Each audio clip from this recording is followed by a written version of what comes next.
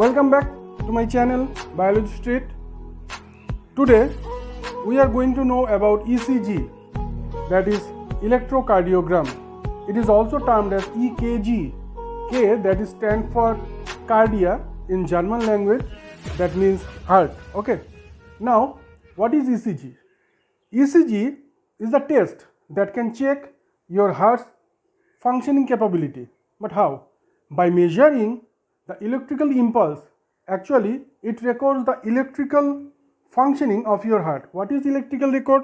That is, as you know, by each heartbeat, with each heartbeat in your heart, an electrical wave or electrical impulse is created.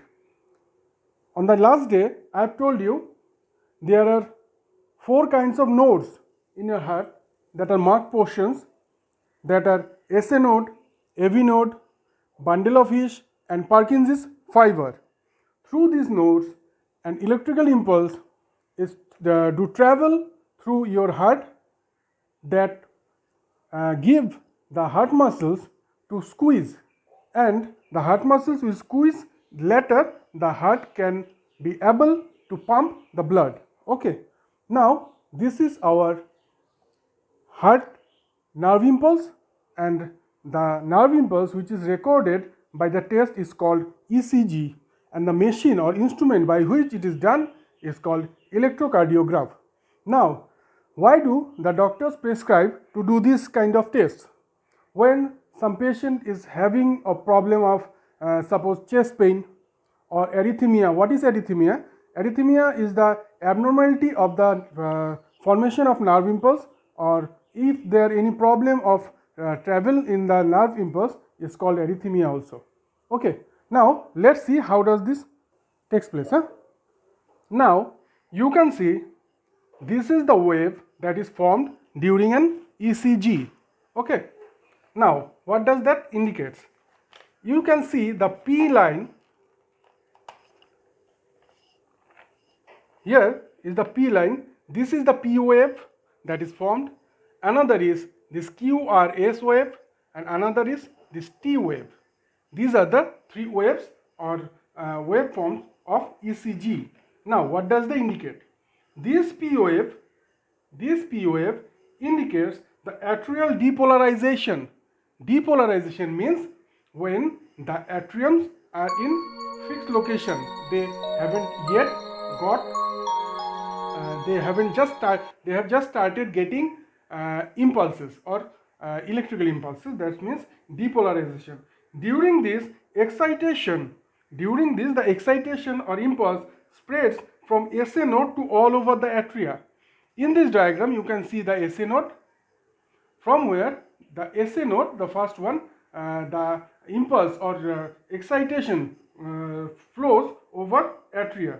This represents the atrial systole, the systole of the atria. Then the QRS wave, this QRS wave, it indicates the ventricular depolarization. The ventricular depolarization, QRS wave. Okay, during this, excitation spreads over ventricles. Excitation spreads over the ventricles. It also represents the ventricular systole.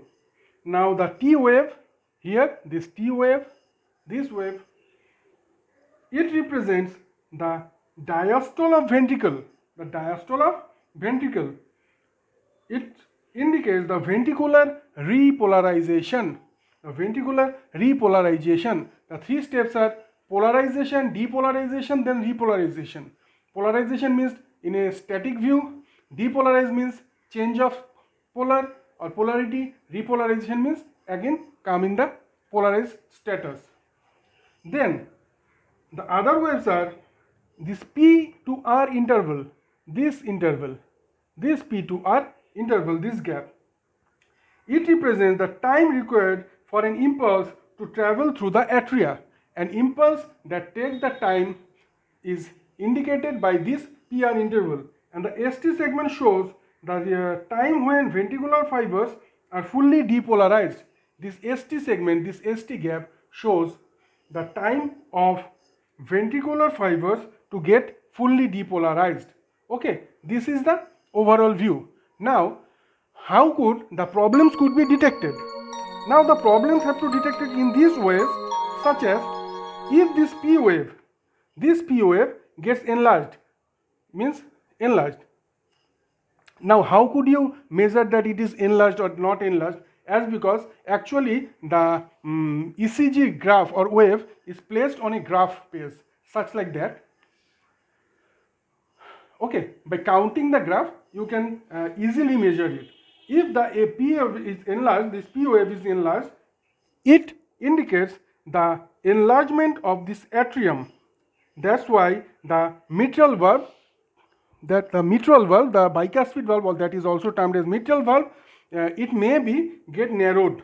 Okay, now if the this Q wave get enlarged, so what would it indicate?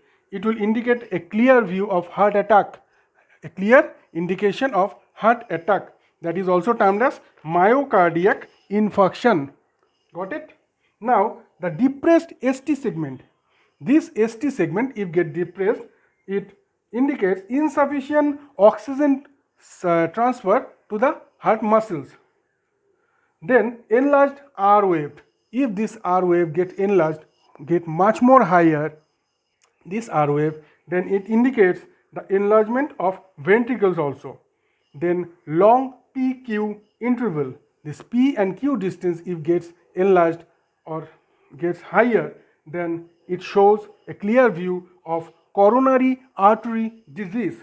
Now the elevated ST segment, this ST segment if gets elevated or higher, then it also indicates acute myocardiac infarction, means again heart attack. The T wave, if the T wave gets flatter, if it gets flatter, means not that much high, it indicates coronary artery disease.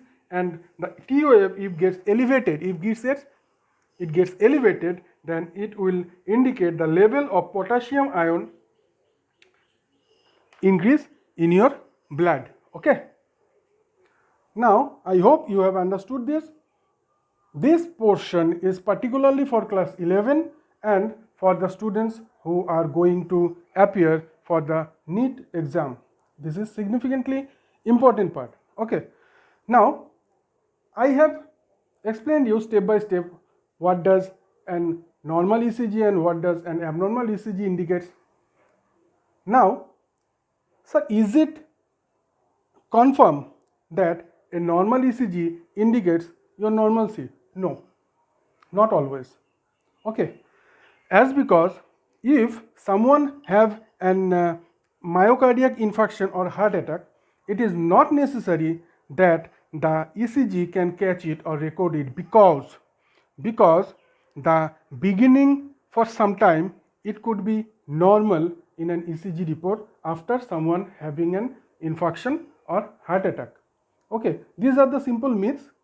Now that's our ECG, that is electrocardiogram, also termed as EKG. If you liked it, you can go and press the subscribe button and subscribe my channel. Okay, thank you. See you on the next video.